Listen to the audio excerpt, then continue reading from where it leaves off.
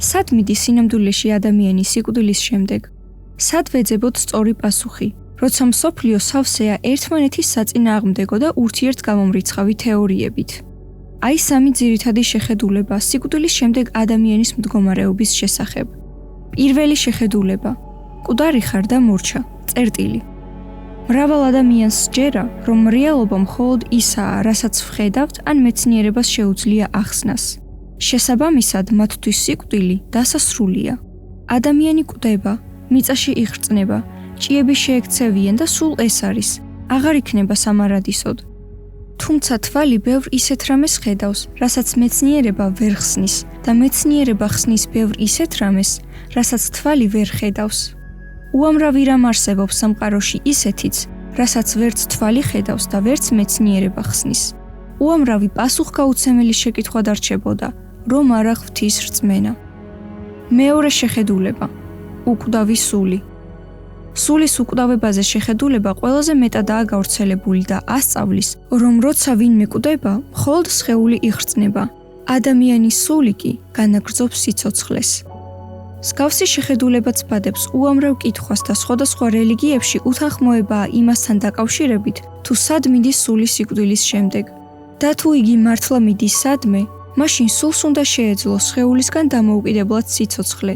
ასევე დამოუკიდებლად აზროვნება, ხედვა, მოსმენა, საუბარი, რადგან ამ თეორიის გამზიარებელნი თვლიან, რომ მიცვალებულთა სულებს შეუძლიათ ცოცხლებს ესტუმრონ, ესაუბრონ, მათთვის ილოცონ და დაეხმარონ. მაგრამ გასაცემია პასუხი შემდეგ კითხვაზე. სად არის იმ დროს სულის აზროვნება, როცა სხეულს ემართება ამნეზია ან ალცჰაიმერი? თუ დედები შვილებს ვეღარ ცნობენ, იმის გამო, რომ ტვინის ისუბანი დაუზიანდათ, რომელიც ცნობიერებაზე აგებს პასუხს, როგორ იცნობენ საკუთარ ახლობლებს მას შემდეგ, რაც ეს ტვინი მთლიანად გაიხრწნება მიწაში? ან ცოცხალ უსინათლოებს რადარ უკვალავს გზას, სულის თვალი? სმენა და კარგულს რადარ ესმის სულის ყურებით? და თუ ეს სული ისეა გამომწყვდეული სხეულში, რომ ვერ დაინახოს, ვერ მოისმინოს, ვერ იაზროვნოს, მას არც პასუხი უნდა მოეთხოვებოდეს იმ საქმეებზე, რასაც სხეული სიცოცხლეში აკეთებდა. არა და ვიცით, რომ ადამიანებზე ღვთის სამსჯავრო მათ მიერ სიცოცხლეში ჩადენილი საქმეების შესაბამისად განხორციელდება. კეთილს იქმოდნენ თუ ბოროტს. მესამე შეხედულება. ადამიანის სული გულისხმობს არა ეთერულ არსებას, არამედ ადამიანის მთლიან პიროვნებას, მისი სრული ბიოფიზიკით, რომელიც სრულიად შეიძლება მოკვდეს და სრულიად შეიძლება გაცოცხლდეს, აღდგეს მკვდრეთით. ერთადერთი ავტორიტეტული წყარო ჭეშმარიტების დასადგენად არის ღვთის სიტყვა, ბიბლია. მის საფუძველზე ვიგებთ სიცოცხლის წარმოშობის შესახებ სიმართლეს და მისსავე საფუძველზე მივხვდებით სიმართლეს სიკვდილის შესახებ. მისგან შევიტყობთ რა არის ადამიანის სული. არის თუ არა იგი სხეულისგან დამოუკიდებლად მოაზროვნე, ეთერული პიროვნება. შეუძლია თუ არა სულს სხეულს დაუსხლტეს, სულიერ სამყაროში გადასასვლელად. დაუყოვნებლივ მიდიან თუ არა წმინდათა სულები ცაში, ხოლო ცოდვილთა სულები ჯოჯოხეთში. არსებობს კი შემნახველი რეზერვუარი, სახელად განსაწმენდელი. შეიძლება კი დაჯერება რეინკარნაციის. სიკვდილის შემდეგ სხვა ადამიანის სახით, ცხოველად ან ფრინველად დაბადების. წმინდა წერილის თანახმად უკვდავება მხოლოდ ღმერთის ხელშია და მის გარდა არავინაა თავისთავად უკვდავი. ამიტომ უფალი ღმერთი გადაწყვეტს, ვინ აცოცხლოს მარადიულად და ვინ არა. როგორც სოლომონ ბრძენი გვარიგებს, სიმართლის გზაზე სიცოცხლეა და მისი სავალი უკვდავებაა. იგავების მე-12 თავის 28 მუხლი. არათუ ნებისმიერს აქვს უკვდავება და ნებისმიერ გზაზე, არამედ მხოლოდ მართლებს სიმართლის გზაზე. რადგან ღვთის გარდა სხვა ყველა არსება შექმნილია. დასაწყისის მქონეს კი დასასრულიც აქვს.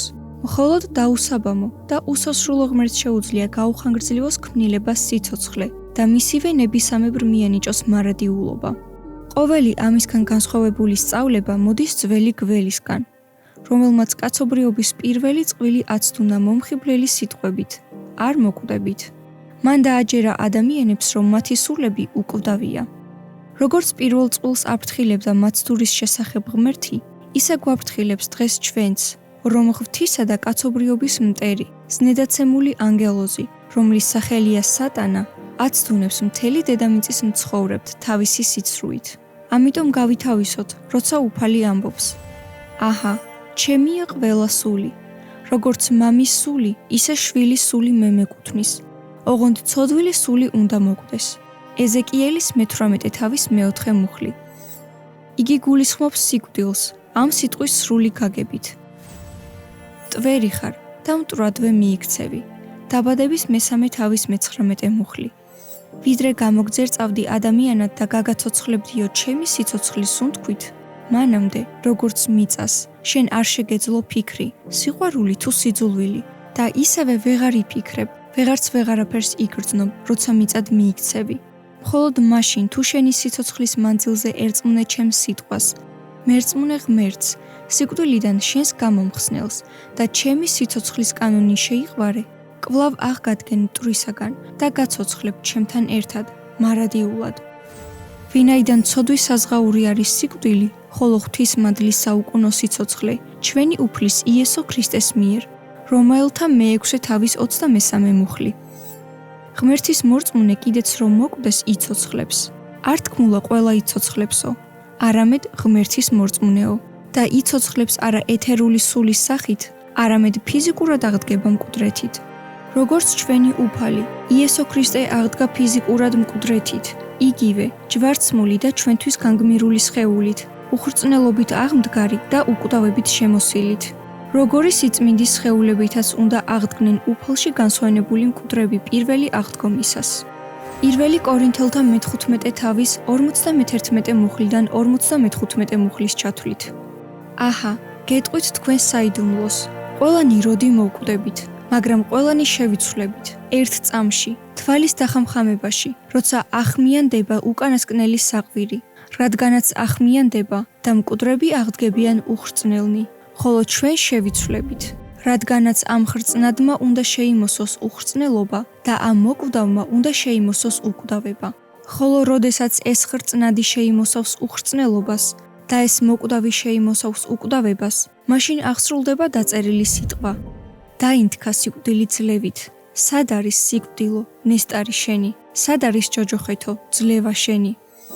აქვე ჩანს, რომ მორწმუნეებს სიცოცხლე მიენიჭებათ არა სიკვდილისთანავე და უყოვნებლივ, არამედ ქრისტეს მეორედ მოსვლისას. დაფარავ შენს სახეს, შეძრწუნდებიან, სულს წაართმევ, დაიხოცებიან და თავიანთ მტვერს დაუბრუნდებიან. გაუშვებ შენს სულს, წარმოიქმნებიან და განაახლებ პირს მიწისას.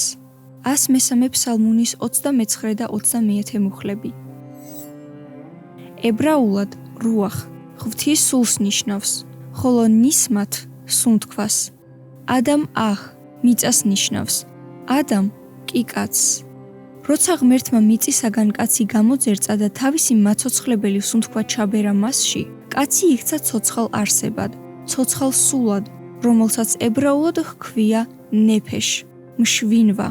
იობის 33 თავის მე-4 მუხლი.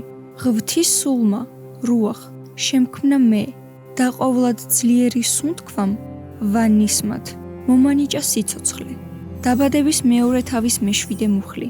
და იქცა ადამი ცოცხალ, ჰაიახ, ცოცხალი, მშვინვად, ლა ნეფეშ, ცოცხალ არსებად. ებრაული სიტყვა ლა ნეფეშ ქართულად არის არსება, სულდგმული, ცხოველი, მშვინვიერი სული, რის გამოც სული შეიძლება ქართულში უწოდონ, როგორც საქონელს. მაგალითად, სამი სული ხარი ჰყავსო, ისე ადამიანს, სამი სული ცხოვრობსო ერთ სახლში. მშვინვა ნაკლებად ახმარებაში. სიტყვა სული ითქმის ღვთის პიროვნებაზეც, სული ღვთისა. შესაბამისად, ბიბლიის ქართულ თარგმანებში უმეტესწილად გვხვდება სიტყვა სული, ნაცვლად მშვინვისა და მაშინაც, როცა საუბარია ღვთის სულზე. თუმცა ასე არაა სხვა ენებში. მათ ამ ორისთვის განსხვავებული სიტყვები აქვთ გამოყენებული, რომლის შესატყვისია ინგლისურში soul და იგი განსხვავდება სიტყვისგან spirit. რუსულში არის დუშა და იგი განსხვავდება სიტყვისგან დუხ. ბიბლიურად ღმერთის სული, რუახ, ბერძნულად არის პნევმა, რომელიც მარადიულია და ადამიანის სული ნეფეშ, სამშვინველი, ბერძნულად არის ფსუხე, რომელიც იქამდეა ცოცხალი, ვიდრე ნისმათი, ღვთის სუნთქვა არ ამოუვა ნესტოებიდან. ვიდრე არ მოხდება შექმნის უკუ პროცესი.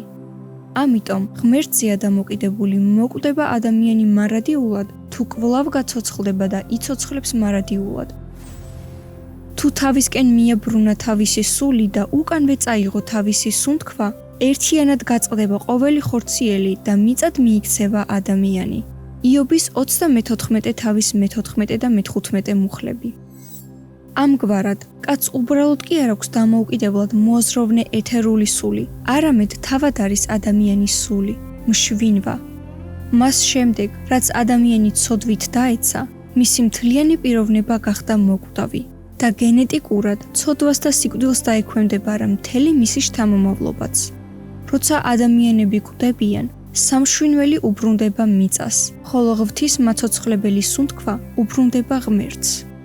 მიიქცეოდეს მტვერი მიწად, როგორც იყო და სულით დაუბრუნდებოდეს ღმერთს, რომელმაც შთაბერა. ეკლესიასტეს მე-12 თავის მე-7 მუხლი.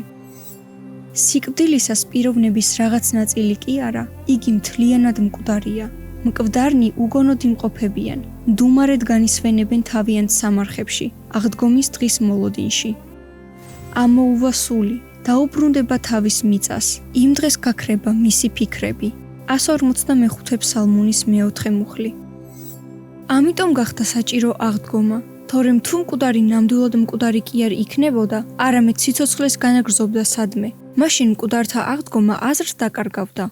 გარდა ამისა, სიკვდილის შესაძლებლობა არის ღვთისაგან ბოძებული, თავისუფალი ნების გამოხატულება მისი ქმნილებებისათვის.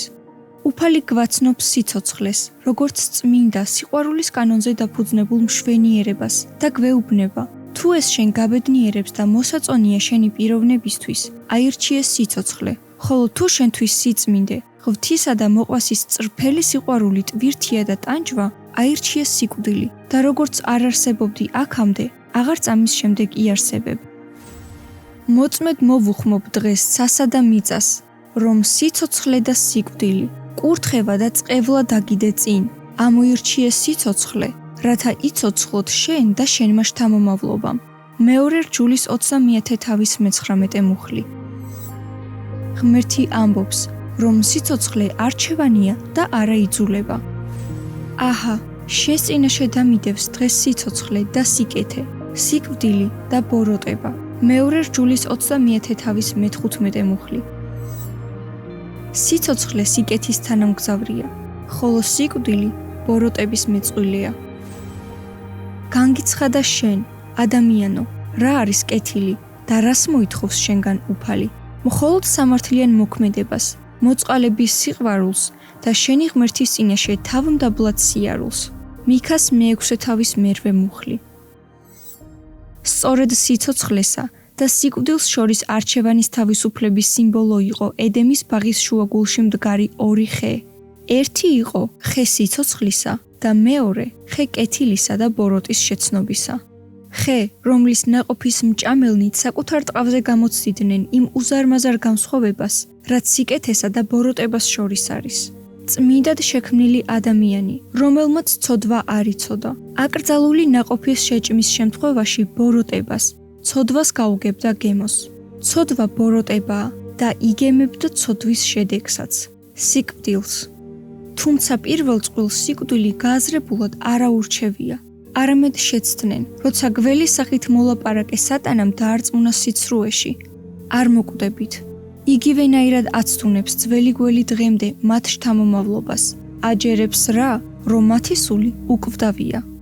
იმ ფაქტმა, რომ შეცდომაში შევიდნენ და ამიტომ გააკეთეს არასწორი არჩევანი, პირველი წყვილი ვერ იხსნა სიკვდილისგან.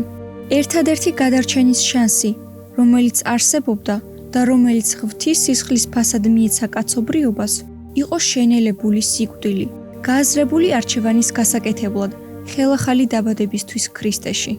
ქრისტემ, როგორც მშობელმა, იტვირთა თავისი გზააბნეული შვილების ცოდვა და ცოდვის შედეგი, მარადიული სიკვდილი, მაგრამ იგი ვერ იტვირთავს მათ ცოდვებს, რომლებიც ცოდვას ცოდვად არ მიიჩნევენ, არამედ შეიყვარეს უსამართლობა. ამით ამოწმებენ, რომ შემცდარნი კი არ არიან, არამედ ეს არის მათი გულის წადილი და რომ მათთვის წამებაა ღვთის წმინდა კანონით ცხოვრება. შესაბამისად, ისინი მოკვდებიან. ბოროტების ბელადთან, სატანასთან ერთად აღიქვება მათი სახსენებელი სამყაროდან.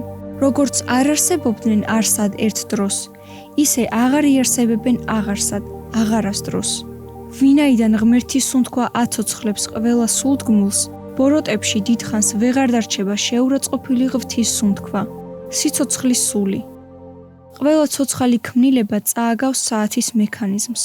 როგორც საათი არის საათის სისტემისა და მასში ჩასმული ელემენტის ერთობა, ცოცხალი არსებაც არის სხეულისა და ღვთის სუნთქვის, როგორც მაცოცხლებელი ელემენტის ერთობა. თუ განცალკევდა კონკრეტული ადამიანის სხეული ღვთის სუნთქვისაგან, ამოსული ღვთის სუნთქვა ვერანაირად ვერ იქნება თავად ადამიანი. იგი ღვთის სუნთქვა ვერ რჩება. როგორც საათის ელემენტი ცალკე, საათისგან დამოუკიდებლად არ არის საათი. იგი ელემენტია და საათივით დროს ვერ გვიჩვენებს. თუმცა მას შეუძლია აამუშაოს სხვა მსგავსი საათები და არა მარტო საათები, არამედ სხვა მექანიზმებიც. ისევე, როგორც სხვადასხვა ცოცხალ არსებას, ღმერთის ერთი და იგივე სუნთქვა აცოცხლებს. ეკლესიასტე, როცა ადამიანისა და პირუტყვის ხვედრზე საუბრობს, ამბობს, რომ ერთი სიკვდილი მეორისას ჰგავს და ყველას ერთი სული უდგას. ეკლესიასტეს მესამე თავის 19 მუხლი. წარღვნის დროს ყოველივე, რასაც კი სიცოცხლის სუნთქვა ჰქონდა ნესტოებში, ყოველივე, რაც ხმელეთზე იყო, დაიღუპა. დაბადების მე-7 თავის 22 მუხლი. ღვთის მაცოცხლებელი სულის გარეშე ადამიანი არ არსებობს. იგი ნეშტია მხოლოდ. როგორც საათი არ არსებობს ელემენტის გარეშე, არამედ ციფერბლატია მხოლოდ, დანაყოფებიანი დაფა. საათი სახელს გაამართლებს, როცა კვლავ ამუშავდება, თუ უკან იქნა ჩაბრუნებული ელემენტი. სიცოცხლე სხეულს მიმატებული ღვთის სუნთქვაა, ხოლო სიკვდილი ღვთის სუნთქვა მოკლებული სხეული. და როგორც არ არსებობდა ადამიანის პიროვნება, მანამ, ვიდრე მიწა იყო, ისე აღარ არსებობს მას შემდეგ, რაც კვლავ მიწად მიიქცევა. მოკლედ რომ ვთქვათ, სიკვდილი სიცოცხლის უკუპროცესია. და იობივით გვეთქმოდეს ყველას. ვიდრე ვსუნთქავდა ღვთის სული ჩემს ნესტოებშია, ჩემი ბაგეები არ იტყვიან უკეთურებას და ჩემს ენას არ დასცდება სიცრუე. იობის 27 თავის მე-3 და მე-4 მუხლები. სიკვდილის შემდეგ ადამიანის მდგომარეობასთან დაკავშირებული მცდარი წარმოდგენები მორწმუნეებში გამოიწვია ქრისტიანობაში შემოჭრილმა წარმართობამ. სატანა მოქმედებდა იმ მოუქცეველ ადამიანთა მეშვეობით, რომელთაც ქრისტეს რწმენა მხოლოდ ფორმალურად აღიარეს, გონებით კი წარმართობაში დარჩნენ. წარმართულ სწავლებაში ადამიანი თავად მოიაზრებოდა უკვდავ სულად, რომელიც გამომწყდეულია სხეულში, როგორც ტომარაში და ეს სხეული არ არის მისი პიროვნება, არამედ სული ტყვეა ამ სხეულისა და მისგან გათავისუფლებას ლამობს. თითქოს ადამიანის სული დამოუკიდებლად მოაზროვნე პიროვნებაა და მას სიკვდილი, გაქრობა არ შეუძლია. ამიტომ თუ ბოროტია, მარადიულად უწევს ჯოჯოხეთის ცეცხლში ტანჯვა, თუ კეთილია, მარადიულად უწევს ნეტარება, ხოლო თუ საკუთარ თავში ვერ გაერკვა, როგორც ამბობენ, ქვეყნად რამდენჯერმე დაიბადება, შესაძლოა ფრინველად და ცხოველადაც, მაგრამ თუ დაიმსახურა, ისევ ადამიანადო. როგორც საინტერესოდ და ყურის მაამებლადაც არ უნდა ჟღერდეს, ამ სიცრუეს საერთო არაფერი აქვს ქრისტეს მოძღვრებასთან, რადგან წმინდა წერილის თანახმად ადამიანის სხეული ეს არის ჩვენში მყოფი ღვთის სუნთქვის ტაძარი და არა ტომარა და ის თუ როგორ ვეპყრობით ჩვენ სხეულებს, აჩვენებს როგორ პატივსაც ვცემთ ჩვენში მყოფ ღმერთს. თუ სიცოცხლე გვსურს, სხეულითვე უნდა ვესწრაფოთ სიწმინდეს და თუ სიცოცხლე არ გვსურს, ღმერთი არ გვაიძულებს ვიცოცხლოთ, მხოლოდ გვირჩევს ვიცოცხლოთ, რადგან ვუყვარვართ. ღვთის სუნთქვა ძღვენია, საჩუქარი და არა იძულებით გადასახდელი ვალი. მართალია ჩვენ, ადამიანის ცოდვის გამო, უკვე მოკვდავ სხეულებში დავიბადეთ და რომ ცოდვილი ბუნებაც და ცოდვის შედეგიც, სიკვდილი, მემკვიდრეობით გვერგო, მაგრამ ქრისტეს გამო, როგორც მეორე ადამიანისა, ჩვენ ხელახლა ვიბადებით რწმენით. დღესაც გვეძლევა არჩევანის შესაძლებლობა სიცოცხლესა და სიკვდილს შორის. იესომ თქვა, მე ვარ გზა, ჭეშმარიტება და სიცოცხლე. როცა ვირჩევთ ვერწმუნოთ იესო ქრისტეს, მოვუსმინოთ მის ხმას და შევასრულოთ მისი სიტყვა, ვამოწმებთ, რომ ღვთის სულმა გაგვაცოცხლა ცოდვისაგან მკვდრები. დაწერილია, პირველი კაცი ადამი შეიქმნა ცოცხალ მშვინვად, უკანასკნელი ადამი კი ცხოველ მყოფელ სულად. 1 კორინთელთა მე-15:45 მუხლი. იესო ქრისტე შთაბერავს მისი ბაგეების ქარით სუნთქვას. ადამიანივით, მიწის მტვერში მიძინებულთ, მისი მეორედ მოსვლის დღეს და გაცოცხლდებიან, რადგან იესო ამბობს: მე აღვადგენ მას უკანასკნელ დღეს. იოანეს სახარების მე-6 თავის მე-40, 44 და 54 მუხლები. ღვთის მონაბერი სიცოცხლის სუნთქვა კვლავ გააცოცხლებს ჩვენს სხეულებს და ეს ხრწნადი უხრწნელობით შეიმოსება. ხოლო როდესაც ეს ხრწნადი შეიმოსავს უხრწნელობას და ეს მოკვდავი შეიმოსავს უკვდავებას, მაშინ აღსრულდება დაწერილი სიტყვა: დაინთქა სიკვდილი ძლევით. 1 კორინთელთა მე-15 თავის 42 და 54 მუხლები. ადამი გაცოცხლებამდე არაფერზე ფიქრობდა. ვერც იფიქრებდა მანამ, სანამ ღმერთმა არ შთაბერა მას სიცოცხლე და არ ამუშავდა მისი ფიზიკური ტვინი. იქამდე არ არსებობდა არანაირი ეთერული ადამი, დამოუკიდებლად მოაზროვნე, რომელიც უკვდავებიდან მოდის. ღმერთს უკვდავისული კი არ გამოუჭერია და გამოუმწვდებია, თითქოს გალიაში, მიწიერ სხეულში, არც ჰაერში მოლივლივე პიროვნება შეუბოჭავს სხეულით. არამედ შექმნა მანამდე არ არსებული არსება, როგორც წერია: შევქმნათ ადამიანი ჩვენს ხატად და მსგავსად. დაბადების 1 თავის 26 მუხლი. მაცოცხლებელი სუნთქვა, რომელიც ღმერთმა შთაბერა მიწისგან გამოძერწილ ადამიანის სხეულს. თავად უკვე ადამი კი არ იყო, არამედ იგი იყო ღვთის მაცოცხლებელი სული, რომლითაც აცოცხლებს ყველა ცოცხალ არსებას სამყაროში. და როგორც არ არსებობდა ადამი ღვთის სულის ჩაშვებამდე, ისე აღარ არსებობდა იგი მისი ამოშვების შემდეგ. წმინდა წერილი ადამიანის სულზე საუბრობს, როგორც მთლიან პიროვნებაზე და არა ხორცისგან გარეთ გამოსულზე. ამბობს: 70 სული, ნეფეშ მშვინვა, ჩავიდა ეგვიპტეში. გამოსვლის 1 თავის მე-5 მუხლი. როგორც კონტექსტი გვიჩვენებს, აქ საუბარი არაა 70 მოლანდებაზე, არამედ ეგვიპტეში მიმავალ 70 ცოცხალ ადამიანზე. ამიტომ სიცრუეა თეორია იმის შესახებ, რომ ადამიანს, სულს, შეუძლია გამოვიდეს სხეულიდან, გინდაც სხეულის სიკვდილის შემდეგ და გინდაც სხეულის სიცოცხლეშივე და ჰაერიდან დააკვირდეს მიტოვებულ სხეულს, როგორც ასწავლიან სატანური ცდუნების მსხვერპლნი. ის, რომ ადამიანის სხეულის გარეშე არ არსებობს, ამაზე ქრისტეს შემდეგი სიტყვები მოწმობს: ჭეშმარიტად გეუბნებით თქვენ, ვისაც ჩემი სწამს, მას საუკუნო სიცოცხლე აქვს. იოანეს სახარების მე-6 თავის 47 მუხლი. ხოლო ჩემი ურჩნი სიცოცხლეს ვერ იხილავენ. იოანეს სახარების მე-3 თავის 36 მუხლი. ყველას კი არ აქვსო საუკუნო სიცოცხლე, არამედ მათ, ვინც ღმერთს ერწმუნება. ცოდვის მსახურნი კი მარადიულად მოკვდებიან. აქ რომ მხოლოდ დროებით სიკვდილზე იყო საუბარი, იტყო და ყველა უნდა მოკვდესო და არ განასხვავებდა ურწმუნოს და მორწმუნეს.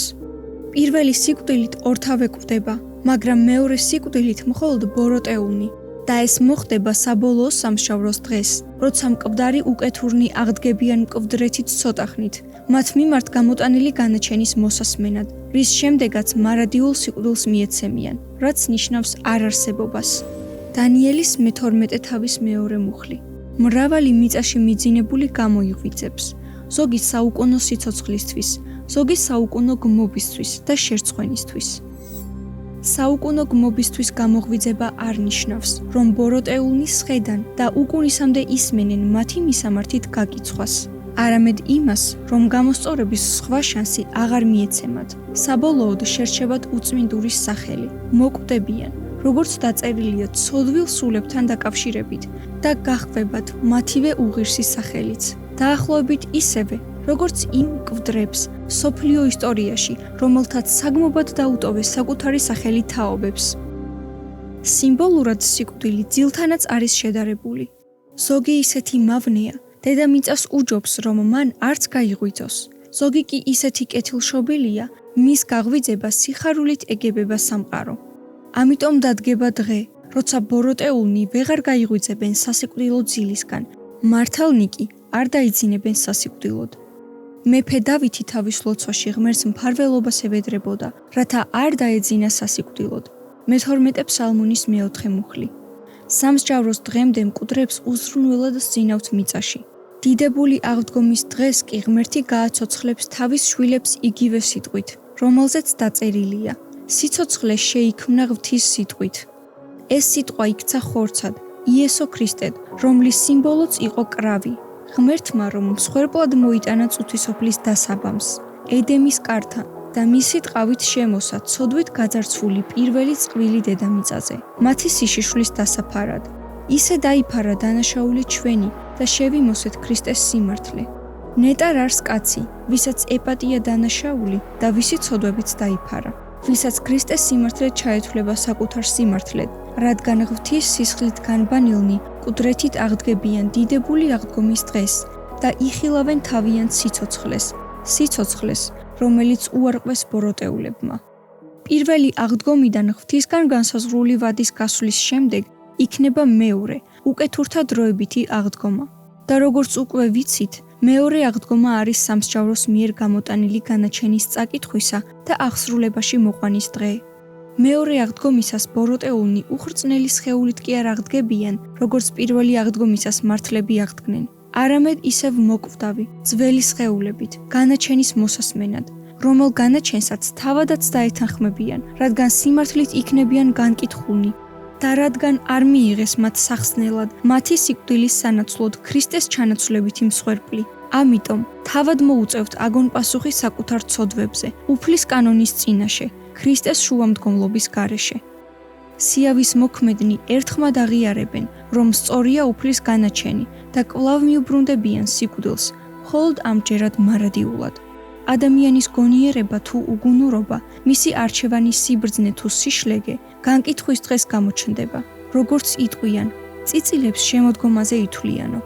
წარმავალი, ცოდვილი ცხოვრებით ტკბობის ამომრჩევლებზე მეფსალმუნე ამბობს: ეს მათი გზა, მათი უგუნურობაა, თუმცა შემდგომნი მათნი იწონებენ, ცხრებივით ჩაყრიან ჯოჯოხეთში, სიკვდილი მწყემსავს მათ. საფლავია მათი სადგომი, ხოლო ღმერთი დაიხსნის ჩემს სულს, როცა ჯოჯოხეთიდან ამომიყვანს. 42 ფსალმუნის მე-14 მუხლიდან მე-16 მუხლის ჩათვლით.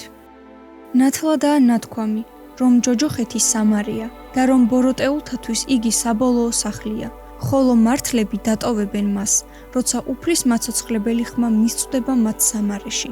არ უნდა გავაუკუღმართოთ წმინდა წერილის სიტყვები, როგორც აუკუღმართებს ზოგი, საკუთარი თავის საგმობად. არ გვეგონოს მეფსალმუნე ერთი უწმინდური ვინმე, რომელიც გადარჩენის მეორე შანსს ელოდება ცეცხლის ტბაში. არამედ გვესმოდეს, რომ იგი ღვთისმოშიში ადამიანია და საკუთარ სიცოცხლეშივე ღვთის გზის არჩევის გამო იცის, რომ საფლავიდან მკვდრეთით აღადგენს უფალი. ის მითი, რომ თითქოს რაღაც პერიოდში ერთხელ ბრწყინვალე ანგელოზი ჩაფრინდება ჯოჯოხეთში და ფრთებზე ვინც მოასწრებს მოჭიდებას, მას ამოაფრენს ზემოთ, ცხადია, შეთხზული სიცრუეა და არსად წერია ბიბლიაში. რადგან თუ ქრისტეს სისხლმა ვერ ამოათრია კაცი ცოდვის წუმპიდან, ვერანაირი ანგელოზის ფრთა ვერ გაუძლებს მისი ცოდვის სიმძიმეს. იტყვის ალბათ ვინმე, ხომ წერია ჯოჯოხეთში ჩავიდა და სულებს უქადაგაო. სინამდვილეში კი აი რა უწერია მოციქულს. პეტრეს პირველი წერილის მესამე თავის მე-18 და მე-19 მუხლები. წავიდა საპყრობილეში მყოფ სულებთან და უქადაგა მათაც. არა ჩავიდა, არამედ წავიდა და არა ჯოჯოხეთში, არამედ საპყრობილეში. საპყრობილე ცოდვის ტყვეობის პერიფრაზია. იხილეთ რომაელთა მე-6 თავის პირველიდან 23 მუხლის ჩათვლით, მე-7 თავის მე-7-დან 25 მუხლის ჩათვლით. წმინდა წერილის მიხედვით, მკვდართათვის არ არსებობს გადარჩენის მეორე შესაძლებლობა. იხილეთ ებრაელთა მიმართ წერილის მე-9 მუხლის 27 და 22 მუხლები. არსებობს მხოლოდ მის სიცოცხლეშივე ცოდვის ტყვეობიდან განთავისუფლების შანსი. ამიტომ იესოს ხსნის კეთილი უწყების ხარება, ქადაგება მიმართული იყო არა მკვდრებისადმი, არამედ ცოდვის საპყრობილეში მყოფი ცოცხლებისადმი და ამ ქადაგებამ შედეგი გამოიღო. ისინი, რომლებიც ერთ დროს ცოდვას ემონებოდნენ, როცა მათ ყურებს მისწვდა მათი ამ ტყვეობიდან განმათავისუფლებლის ხმა, დაემორჩილნენ უფლის მოწოდებას და გათავისუფლდნენ ტყვეობიდან, ცოდვის მონობიდან. იგივე ხმა, იგივე ღვთის სულით, გაისმა ნოეს მეშვეობით წარღუნამდელი კაცობრიობისთვისაც. იხილეთ ებრაელთა მიმართ წერილის მე-11 თავის მე-7 მუხლი. ნოე გახდა სიმართლის მქადაგებელი თავისი თანამედროვეებისთვის. იხილეთ პეტრეს მეორე წერილის მეორე თავის მე-5 მუხლი. თუმცა არ შეისმინეს მათ, არამედ მხოლოდ ნოეს ოჯახი 8 სული გადარჩა. პეტრეს სიტყვები დაწერილ იქნა მისივე მოღვაწეობის პერიოდის და მომავლის დროინდელ ცოდვის პატიმართა გასაფრთხილებლად, რომელთაც ესმით იგივე სულის სახილი, რომ არ გაისასტიკონ გული და არ ეურჩონ სულიწმინდის ხმას წარღუნამდელი კაცობრიობის მსგავსად. მას როგორ გავიგოთ ქრისტეს სიტყვები? თუ შენი ხელი გაცდუნებს, მოიკვეთე იგი. გიჯობს სახიჩარი შეხვიდე სიცოცხლეში, ვიდრე ორივე ხელის მქონე ჩავარდე გეენაში. გაუნელებელ ცეცხლში, სადაც ულევია მათთვის მატლი და უშრეტი ცეცხლი. მარკოზის სახარების მე-9 თავის 43 და 44 მუხლები. მსგავსი სიტყვები გვხვდება ასევე მათე სახარების მე-5 თავის 27 მუხლიდან 21 მუხლის ჩათვლით. თქვენ გსმენიათ წინაპართა თქმული, არა იმრუშო, ხოლო მე გეუბნებით თქვენ, ყველამ, ვინც ნდომით შეხედა ქალს, უკვე იმრუშა მასთან საკუთარ გულში. თუ კი გაცთუნებს შენი მარჯვენა თვალი, ამოითხარე და გადააგდე, ვინაიდან გიჯობს დაღკარგო ერთი შენი ასოთაგანი, ვიდრე მთელი შენი სხეული ჩავარდეს გეენას. ხოლო თუ გაცთუნებს შენი მარჯვენა ხელი, მოიკვეთე და გადააგდე, ვინაიდან გიჯობს დაღკარგო ერთი შენი ასოთაგანი, ვიდრე მთელი შენი სხეული ჩავარდეს გეენას. როგორც ვხედავთ, დარიგება, როგორ მოექცე მათ თურ ასოებს, ითქვა მრუშობის კონტექსტში. გვესმის, რომ მხოლოდ მარჯვენა თვალი ან მარჯვენა ხელი არ არის მიზეზი ცოდვის ჩადენისა, არამედ პირველ რიგში ტვინი, სადაც მომწიფდა იდეა ცოდვის ჩადენაზე. ცხადია ტვინი უნდა მოიკვეთოს პირველ რიგში, თუ ფიგურალურად არ იყო ნათქვამი, რაც ითქვა. ქრისტე არ მოუწოდებს არავის სხეულის დანაწევრებად დასახიჩრებისკენ, არც იმას არ იგებს ქრისტე, რომ თვალდახუჭულმა იარო, ზედაც არავის შეხედო. იობის სიტყვები, როცა ამბობს, აღთქმა მივეცი ჩემს თვალებს, რომ ქალწულისთვის არ შემეხედა. იობის 31 თავის პირველი მუხლი. გულისხმობს თვალის მორიდებას, არ შეხედვას გულის თქმით და არა საერთოდ არ დანახვას. და შემდეგ 31 თავის მე-7 მუხლში ნათქვამი იობის მიერ, რომ არ გადაუხვევია გზიდან მის ნაბიჯებს, თვალებს არ აღყოლია მისი გული და ბიწი არ მისცხებია მის ხელებს. არ გულისხმობს შარა გზას, როცა ამბობს გზიდან არ გადამიხვევიაო, არამედ უფლის რჯულს, ღმერთის გზას. სხეულის ეს ასოები, თვალი, ხელი, ფეხი, რაც განსაკუთრებულადაა გამოკვეთილი მოცემულ მუხლებში, ბერკეტებია სიწმინდის, ან პირიქით, უწმინდურების განხორციელებისთვის. თუმცა მათი მამოძრავებელი ტვინია. ტვინის გაწმენდა იქნებოდა ყველაფრის წამალი, ისე, რომ არაფრის მოკვეთა აღარ იქნებოდა საჭირო და პირიქით. ყველაფერი რომ მოიკვეთოს კაცმა და ტვინი ძველებურად ცოდვილი აზროვნებისა დარჩეს, ვინ შეუშვებს სასუფეველში. სჯობს ამოითხარო ან მოიკვეთო ნიშნავს, არასოდეს გაუგო გემო ცოდვას მათი მეშვეობით და დანაკარგად ნუ მიიჩნევ, რომ ცოდვილი სიამოვნება მოაკელი რომელიმე ასოს. სჯობს წარმავალ, ცოდვილ ვნებებზე თქვა უარი, ვიდრე ამ ვნებებით ჩავარდე გეენაში. ბიბლიური ტერმინი გეენა, როგორც ჟღერს იგი ბერძნულად, რა ენაზეც გადმოგცეს მოციქულებმა ქრისტეს სახარება, ანალოგია ბენ ჰინომის ველისა ებრაულად. ჰინომის ხეობა, გე-ჰინომ, მდებარეობდა ისრაელში, იერუსალიმის სამხრეთ-დასავლეთით. ბენ ებრაულად ძეს ნიშნავს და ამ ხევს ებრაულად ბენ ჰინომს, ჰინომის ძისას უწოდებდნენ. ბერძნულ ენაზე კი გეენა, ჰინომის ხეობა. ჰინომის ხეობა ებრაელთათვის საძულველ ადგილად, ერთგვარ ნაგავსაყრელად იყო ქცეული, იმის გამო, რომ იქ იყრებოდა და იწვებოდა ყოველგვარი უწმინდურობით დაბინძურებული ნივთი, ადამიანთა გვამები და ძვლები, რის გამოც მუდმივად ენთო მასზე ცეცხლი. რატომ იქცა ეს ხევი ასეთ საძულველ ადგილად? აი რას გვპასუხობს იერემია წინასწარმეტყველი? რადგან ბოროტებას სჩადიან იუდაელნი ჩემს თვალში, ამბობს უფალი, თავიანთი სიბილწეები შეიტანეს სახლში, რომელიც ჩემი სახელით იწოდება, რათა წაბილწონ. ააშენეს თოფეთის საკერპო ბენ ჰინომის ველზე, რათა თავიანთი ვაჟები და ასულები მსხვერპლად დასწვან, რაც არ მიბრძანებია მათთვის და ფიქრადაც არ მომსვლია. იერემიას მეშვიდე თავი. ზოგმა შეიძლება იფიქროს, რომ ღმერთის მხრიდან აბრაამისთვის ისააკის შეწირვის დავალება იგივენაირი სისასტიკე იყო. თუმცა, უნდა გავიხსენოთ, რომ არც მაშინ უფიქრია უფალს, რომ ისააკს დააკვლევინებდა აბრაამს. არამედ ასეთი დავალებით აბრაამის რწმენას ცდიდა. ადრე იგი ბოლომდე არ ერწმუნა ღმერთს, როცა ღმერთი სარასგან შთამომავლობის მიცემას შეჰპირდა მას. რადგან სარა ბერწი იყო, თანაც ხანდაზმულ ასაკში და დიდი ლოდინის შემდეგ, როცა წლები უფრო ემატებოდათ, ღმერთის სიტყვაში ეჭვი შეეპარათ. უფლის სიტყვის ნაცვლად სარა სიტყვაზე გაიარა აბრაამმა, როცა აღარ დაელოდნენ ღმერთს და წარმართობაში მიღებული ჩვეულების მსგავსად, ქალბატონის მხევალთან, აგართან გააჩინა აბრაამმა ვაჟი, ისმაელი. მაგრამ უფალმა კვლავ გაუმეორა აღთქმა და აღასრულა კიდეც. სარასგან შესძინა ძე და აღუთქვა, რომ ისააკს გაამრავლებდა. შემდეგ კი ცდის აბრაამს, თუ შეიცნო აბრაამმა ღმერთი, თუ ენდობა იგი ბოლომდე უფლის სიტყვას, რომელიც შეჰპირდა, რომ ისააკში გაუმრავლებს შთამომავლობას და თუ არ დაიშურებს თავის საყვარელ ძეს იმ უფლისათვის, რომელმაც აჩუქა მას ისაკი. უმძიმესი იყო აბრაამისთვის ეს დავალება.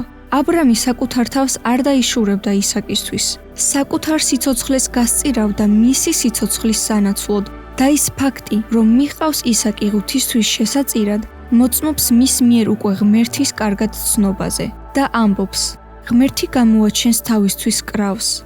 ელოდა, როდის მოხდებოდა ეს? ბოლოს კი, როცა სიჩუმე გაგრძელდა ღმერთის მხრიდან, ისაკს აუწყა ყველაფერი. თავად ისაკმა გამოხატა ღვთის წინაშე უდიდესი მორჩილება.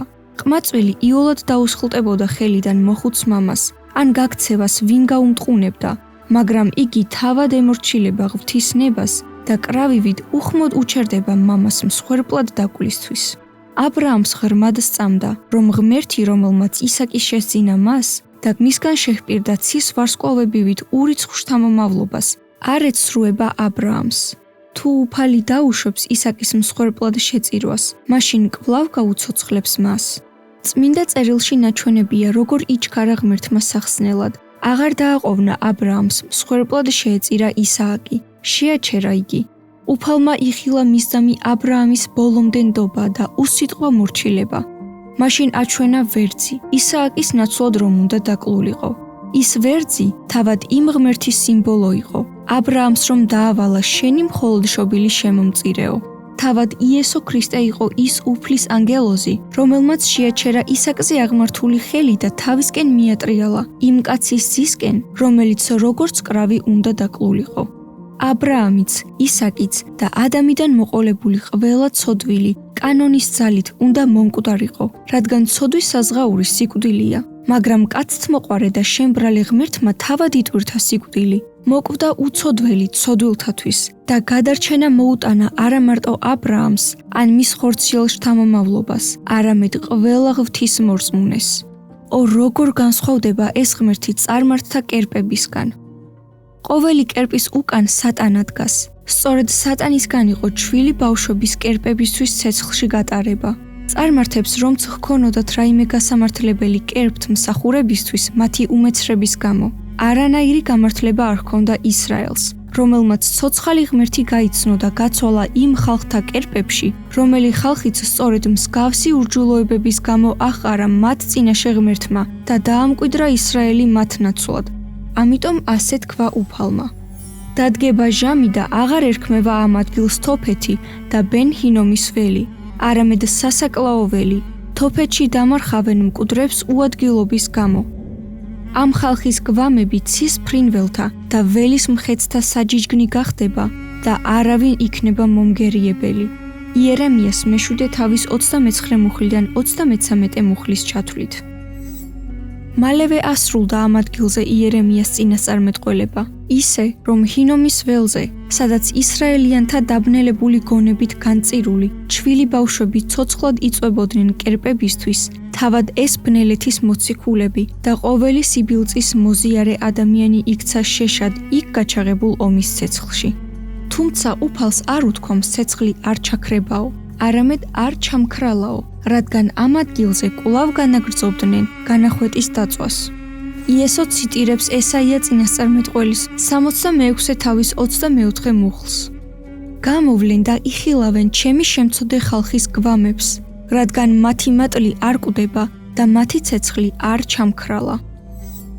მატლი არ კვდება იმ მიზეზით, რომ ჯერ კიდევ აქვთ სახრავი მასალა და არა იმიტომ, რომ მატლები უკვდავები არიან. ღმერთი არ არიდებს ტკივილს და ტანჯვას იქ, სადაც მათი მეშვეობით ჯერ კიდევ არის ვიღაცის გადარჩენის შანსი. და როგორ გგონია, არის რაიმე სიკეთე იმათ დაუსრულებელ ტანჯვასა და ტკივილში, რომელთაც აღარაფერი ეშველებათ. ისინი ვეღარ გამოსწორდებიან, ამიტომ ცეცხლი დაწვავს მათ და ისევე, როგორც ჰინომის ველზე დგებოდა დრო, როცა ბოროტეულთა ძვლები და გვამები იფერფლებოდნენ, ასევე დადგება დრო, როცა ბოროტეულნი ჩალასავით დაიწვევიან, ნაცრად იქცევიან სატანის მეთაურობით და ჩავლენ სამუდამოდ მიწაში, სამარეში. მიწაში გათხრილი საფლავის აღმნიშვნელია სიტყვა ჯოჯოხეთი. ეს სიტყვა ნათარგმნია ბერძნული სიტყვა ჰადესიდან, რომლის შესატყვისიც ებრაულში არის შეოლ და ბიბლიაში გამოყენებულია როგორც მორწმუნეთა, ისე ურწმუნოთა მიმართ. პირველი სიკვდილით მორწმუნენიც კვდებიან, ცოდვისგან გამოსყიდულთაც უწევთ დროებით მიწაში ყოფნა სიკვდილისას, მაგრამ ისინი არ დარჩებიან მარადიულად იქ, როგორც დავითი ამბობს თავის ფსალმუნში. არ დაუტოვებ ჩემს სულს ჯოჯოხეთს. რატომ? იმიტომ რომ ქრისტემ ჩვენთვის გაიმარჯვა მარადიულ სიკვდილზე. არა უბრალოდ პირველი სიკვდილით მოკვდა ჩვენს სანაცვლოდ, არამედ მეორე სიკვდილით. მეორე სიკვდილი მარადიული სიკვდილია. როგორც ის მართალი აღდგა მკვდრეთით, ასევე აღგვადგენს მისით გამართლებულ ყველა მის მორწმუნეს, რათა მოგვანიჭოს მარადიული სიცოცხლე. და ეს არ იქნება ლანდების მარადიულობა, არამედ მარადიულობა ფიზიკური ადამიანებისა. როგორც ედემში ადამი, ცოდვით დაცემამდეც ფიზიკური ადამიანი იყო, წმინდა და უმანკო სხეულით, ისე ადამიანის ედემში დაბრუნებისას, იგი კვლავ ფიზიკური არსება იქნება, განახლებული და განწმენდილი სხეულით. რადგანაც ამ ხრწნადმა უნდა შეიმოსოს უხრწნელობა და ამ მოკვდავმა უნდა შეიმოსოს უკვდავება, ხოლო როდესაც ეს ხრწნადი შეიმოსავს უხრწნელობას და ეს მოკვდავი შეიმოსავს უკვდავებას, მაშინ აღსრულდება დაწერილი სიტყვა. დაინთქა სიკვდილი ძლევით. სად არის სიკვდილო ნესტარი შენი? სად არის ჯოჯოხეთო ძლევა შენი? კორინთელთა მიმართ პირველი წერილის მე-15 თავის 53 მუხლიდან 55 მუხლის ჩათვლით. მართალნი დაემკვიდრებენ ქვეყანას და იარსებებენ მასზე უკუნისამდე. რადგან უფალი სამართლის მოყვარულია და არ მიატოვებს თავის წმინდანებს, სამარადისოდ დაცულნი იქნებიან. ბოროტთა ნაშიერი კი ამოწყდება. 36 ფსალმუნის 22 და 29 მუხლები. ამოწყდება ნიშნავს საბოლოოდ განადგურებას და იმას, რომ მეორე სიკვდილით მოკვდებიან უკეთურნი. აღარ იარსებებს მათი სახსენებელი აღარსად ქვეყანაზე. ჯოჯოხეთი ის სამარეა, რომელიც აღარავის დასჭირდება მეტად. გამოცხადების მე-20 თავის მე-14 მუხლში სწორედ ამ მეორე სიკვდილს უწოდებს ღმერთი ცეცხლის ტბას.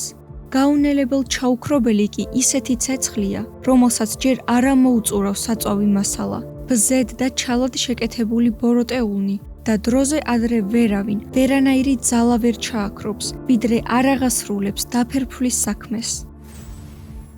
როგორც ცეცხლის ენა ჭამს ჩალას და ალი ბუგავს თივას, ასე ჩალპება მათი ფესვი და გაცამტვერდება მათი ყვავილი, რადგან შეიძულეს ცაბაოთ უფლის რჯული და ისრაელის წმინდის შეგონება არად ჩააგდეს. ესაიას მე-5 თავის 24 მუხლი. აღარ მოიხსენება ბოროტეულთა თესლის სამარადისოდ. ესაიას მე-14 თავის მე-20 მუხლი. ლუციფერზე კი ამბობს: გამოვიყვან შენგან ცეცხლს და შეგჭამს ის და ფერფლად, ნაცრად გაქცევ მიწაზე. ეზეკიელის 22 თავის მე-18 მუხლი. და 22 თავის მე-19 მუხლში ჩაწერილია ვერდიქტი ღმერთის განაჩენის სატანის მიმართ. აღარ იქნები უკუნისამდე. რადგან სიტყვა ჯოჯოხეთი თავისი შინაარსითა და მნიშვნელობით წარმოადგენს სამარეს, საფლავს, სადაც ჩასულნი აღარაფერს გრძნობენ და აღარც არაფერზე ფიქრობენ, როგორ გავიგოთ იგავი მდიდარსა და ლაზარეზე, რომელიც ჩაწერილია ლუკას სახარების მე-16 თავის მე-19 მუხლიდან 31 მუხლის ჩათვლით. პირველ რიგში ყურადსაღებია, რომ ეს ამბავი დასათაურებულია როგორც იგავი. ეს კი იმას ნიშნავს, რომ მასში მონათხრობს აქვს გადატანითი მნიშვნელობა. მასში იკითხება მორალი.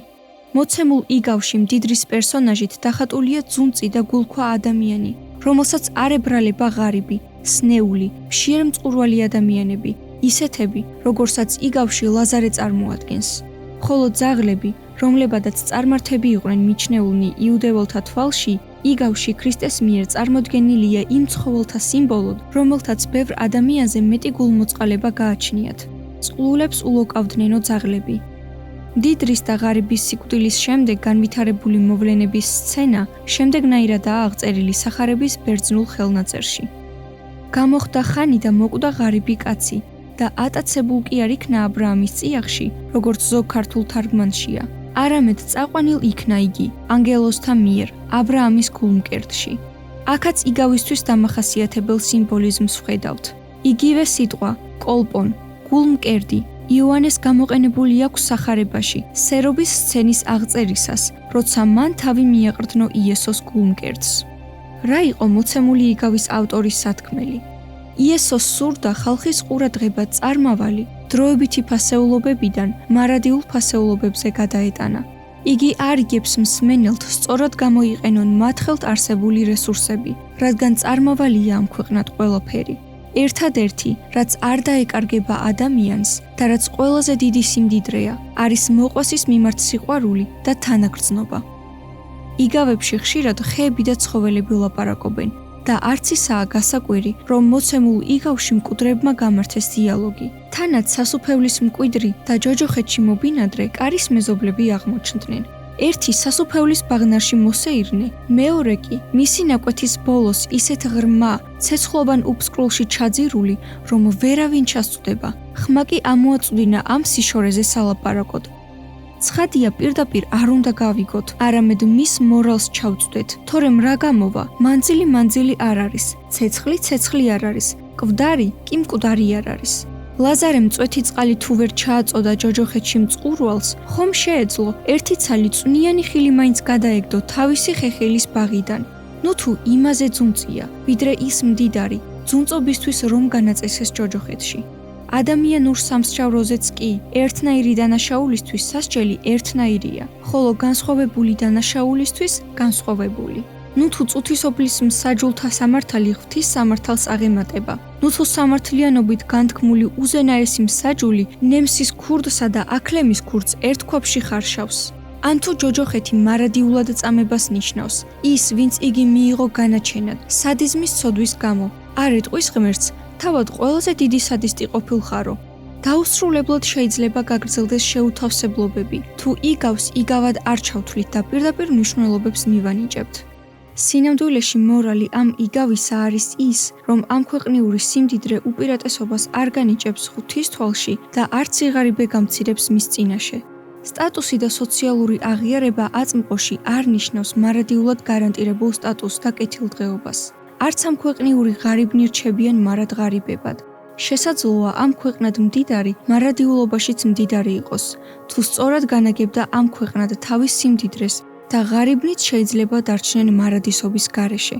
რადგან სიმდიდრეზე და სიღარიბეზე კი არ არის გადარჩენა, არამედ იმაზე თუ ვის ეკუთვნი მთელი შენი არსებით და საბადებლით, გინდ მდიდარი იყო და გინდაც ღარიბი. ამ იგავით ქრისტე გვასწავლის, რომ თითოეული ადამიანის მარადიული ხვედრი გადაწყდება ამ ცხოვრებაში და ვერ შეიცვლება საიქიო ცხოვრებაში. შესაბამისად, არასარგებს მიცვალებულთ ცოცხლებისგან არც ლოცვა ვედრება, არც პურმარილი, არც მათ მიერ მიცვალებული სახელზე ჩადენილი კეთილი საქმეები. ყველამ საკუთარი თავისთვის უნდა აირჩიოს სიკეთის მხარეს დადგომა სიცოცხლეშივე. ცოცხლებს კიდევ შეგიძლია შეაგონო. შეგიძლია ამ არჩევანის გაკეთებაში დაეხმარო, სიკეთის მაგალითი უჩვენო. ლოცვაც სასიკეთოა ცოცხლებისთვის, მაგრამ მკვდრევის საქმე უკვე დახურულია. განაჩენი დიდი სამსჯავროს დღეს გამოცხადდება. იგავში მდიდარი ევედრება აბრაამს. მამა ჩემის სახლში მაინც გააგზავნე იგი, ვინაიდან 5 ძმა მყავს, მივიდეს და აუწყოს მათ, რათა ისინიც არ ჩაცვიდნენ ამ სატანჯველში. უთხრა მას აბრაამმა, მოსე და წინასწარმეტყველ მიყავთ, მათ უსმინონ. რატომღაც მაინც და მაინც ამ მუხლს, რომელიც დასკვნაა და იგავი სათქმელი აზრია, არ იღებენ პირდაპირი გაგებით. მრავალთათვის ამ იგავში მხოლოდ ეს სიტყვებია იგავი, რადგან არ სურთ აღიარონ, რომ მოსეს ხუთწიგნეული დღესაც აქტუალურია და წინასწარმეტყველთა წიგნები დღემდე სასარგებლოა. ხოლო მან, მდიდარმა იგავში თქვა: არა მამაო აბრაამ, მაგრამ თუ ვინმე მკვდართაგან მივა მათთან, შეინანებენ. და უთხრა მას აბრაამმა: თუ კი მოსეს და წინასწარმეტყველთ არ უსმინეს, მკვდრეთითაც რომ აღდგეს ვინმე, არც მას ერწმუნებიან. ლუკას სახარების მე-16 თავის 27 მუხლიდან 31 მუხლის ჩათვლით. აქ დასახელდა ერთადერთი ავტორიტეტული წყარო, ხსნის შესახებ სიმართლის მოსასმენად და იესომ გარკვევით თქვა, რაც ჰქვია ამ წყაროს. თავის იგავში უფალმა ღარიბ პერსონაჟს შემთხვევით არ დაარქვა ლაზარე. ამ ამბების შემდეგ იყო, რომ 4 დღის მკვდარი ლაზარე აღადგინა მკვდრეთით. ლაზარეს გვამი უკვე იხრწნებოდა. როცა სხეული გახრწნის გამო უკვე ყარს, ეჭვი აღარავის ეპარება, რომ ადამიანი ნამდვილად მოკვდა. უტყუარი მოწმობის მიღების მიუხედავად, ნაცვლად აღიარებისა, რომ იესო ღვთისმწყებულია და საჯაროდ გამოეცხადებინათ იგი მესიად, მღვდელმთავრებმა და ფარისევლებმა სინედრიონზე გადაწყვიტეს იესოს მოკვლა. თავად ლაზარესაც დაუპირეს მოკვლა, რადგან იგი მეტისმეტად აშკარა მტკიცებულება და მოწმობა იყო იესო ქრისტეს ღვთაებრიობისა. ასე ვთქვათ, ნივთმტკიცების, სამხილის გაქრობა მოისურვეს, რომ კვლავ დაფარულიყო მათი ბოროტმოქმედებანი. ლაზარეს მკვდრეთით აღდგომა იყო მოწმობა იგავში ნათქვამის სიმართლის. თუ მოსესა და წინასწარმეტყველთ არ მოусმენენ, მკვდრეთითაც რომ აღდგეს ვინმე, არ ირწმუნებენ. ლუკას სახარების მე-16 თავის 31 მუხლი. ღმერთს არავისთვის დაუკლია მცდელობა დაენახვებინა ჭეშმარიტება, არ დაუკლია გაფრთხილება მოსალოდნელ მარადიულ ხვედრზე ბოროტეულთათვის, რომ სამარია მათი საბოლოო განსასვენებელი. ლაზარეც კი აღადგინა მკვდრეთით, 4 დღის მკვდარი, მაგრამ თუ ღვთის სიტყვას, წმინდა წერილს არ უსმენს ადამიანი, ვერაფერს შეასმენ მას. ლაზარე ქრისტეს მეგობარი იყო სიკვდილამდე და კვლავ გაცოცხლებული არ მოშორებია იესოს. ლაზარე ადამიანის ქრისტესთან მეგობრობის ნიმუში იყო, სიკვდილიც რომ ვერ ასაკლებს მათ მეგობრობას. მასში იყო სიცოცხლე და სიცოცხლე იყო ნათელი კაცთა. იოანეს სახარების პირველი თავის მე-4 მუხლი. ისრაელის სულიერი ლიდერები კი ტრად მოეკიდნენ იესო ქრისტეს, რადგან იგი ამხელდა მათი გულის რახვებს. მათ შეგნებულად თქვეს ნათელზე უარი და დარჩნენ წვდიათში. მათ დაემსგავსება ყველა, ვინც თვალს ხუჭავს ჭეშმარიტებაზე და ყურს იცობს ღვთის სიტყვის მოსმენაზე. აღარც მიქაელ მთავარანგელოზის ხმა მისწვდება მათ ყურებს, როცა სიკვდილიდან სიცოცხლეში გამოუხმობს მიწაში მიძინებულ თავის შვილებს, როგორც ლაზარეს გამოუხმო სამარხიდან. ლაზარე ისევ ძველი სხეულით აღდგა მაშინ და კვლავ უნდა მომკვდარიყო პირველი სიკვდილით, როგორც იაიროსის ქალიშვილი და ნაინელი ქვრივის ვაჟი. ბოლო ჟამს კი ისინიც და სხვა მორწმუნენიც, რომლებიც ქრისტეს მაცოცხლებელ ხმას გაიგებენ მისი მეორედ მოსვლისას, მკვდრეთით აღდგებიან უხრწნელი, დიდებული სხეულით და აღარასოდეს მოკვდებიან. როცა იესომ მართას ლაზარეზე უთხრა: აღდგება შენი ძმა, მართამ მიუგო, ვიცი რომ აღდგება უკანასკნელ დღეს აღდგომისას. იოანეს სახარების მე-11 თავის 23 და 24 მუხლები. ქალმა დაადასტურა თავისი რწმენა საბოლოო აღდგომის მიმართ. ეს იყო მაშინაც ჭეშმარიტი რწმენა მკვდრებთან დაკავშირებით მორწმუნეებში. იესოს არ შეუსწორებია მისთვის და არ უთქვამს უკვე სასუფეველშია და ნეტარებაშიაო მისი სული. მაცხოვარმა შესწახა: ლაზარე გამოდი და არა ჩამოდიო ციდან. ზოგს ალბათ გული დაწყდებოდა, ცაში ასული და სასუფევლის ნეტარებას მიცემული, ვინმეს უკან რომ დაებრუნებინა ამ დაწყევლილ ქვეყანაზე. ქრისტე განამტკიცებს მისდამი ხალხის იმედს, როცა იაიროსის ქალიშვილის, ნაინელი ვაჟისა და ლაზარეს სიკვდილს ძილს უწოდებს. მისთვის ისევე იოლია მკვდრის გაცოცხლება, როგორც კაცთათვის მძინარის გაღვიძება. და როგორც მძინარე თავის საძინებელში, ისე მკვდარის საფლავში არ არის მონაწილე არანაირი საქმისა ამ ცის ქვეშეთში. ღვთის წერილში ხაზგასმულია, რომ მკვდრებმა არაფერი იციან. ეკლესიასტეს მე-9 თავის მე-5 მუხლი. არაფერი ნიშნავს არაფერს. სოლომონი განმარტავს, რომ არც საქმე, არც საფიქრალი, ცოდნა ან სიბრძნე არ გაყვება საფლავში, სადაც მიდიხარ. ეკლესიასტეს მეცხრე თავის მეათე მუხლი. იმავეს იმეორებს დავითიც, როცა ამბობს: არათუ მკვდრები აქებენ უფალს და ან ყოველი მდუმარებაში შთასული. 113 ფსალმუნის 25 მუხლი. ამგვარად, მკვდრებს წყნარად სძინავთ, არც ზეცაში დალივლივებენ და არც ქვესკნელში კვნესიან. ვერც კარზე მოგიკაკუნებენ მათი დასაფლავების შემდეგ. ცდარია გავრცელებული სწავლებაც იმაზე, რომ მკვდრის სული 40 დღე დედამიწაზე რჩება და მერე ზეცაში ადის. ასე იმიტომ ფიქრობენ, რომ რადგან ქრისტემ მკვდრეთი დაღდგომის შემდეგ 40 დღის განმავლობაში ეცხადებოდა და ასწავლიდა მოწაფეებს და მერე ამაღლდა ზეცად. ამბობენ, ადამიანის სულიც ასე იქნება. 40 დღე აქ რჩება და მერე ზეცაში ავა. მაგრამ დავფიქრდეთ, ქრისტემ მკვდარი იყო იმ 40 დღის განმავლობაში, თუ ცოცხალი. მისი ლანდი დადიოდა თუ ხორციელად აღმდგარი სრული პიროვნება. ლანდის ფერდში უნდა ჩაეწო ურწმუნო თომას თავისი თითი აღდგომის დასაჯერებლად, თუ ქრისტეს ფიზიკურ სხეულში. ესვენა კი სამარხში ამ დროს მისი სხეული, აკი ვერ ნახეს სხეული სამარხში. მაშ როცა ცხედარი წინ უსვენიათ, როგორ ადარებენ ნეშტს მკვდრეთით აღმდგარ იესოს. იმის არგუმენტად, რომ თითქოს სული ადამიანის ცად მიმავალი ხორცისგან დამოუკიდებლად მოაზროვნე პიროვნებაა, ხშირად მოჰყავთ ჯვარს გაკრული ავაზაკისადმი ნათქვამი ქრისტეს სიტყვები: დღესვე ჩემთან იქნებიო სასუფეველში. ლუკას სახარების 23 თავის 43 მუხლი. ამბობენ, აი ამ მუხლიდან ჩანს სული პირდაპირ სასუფეველში წავიდაო.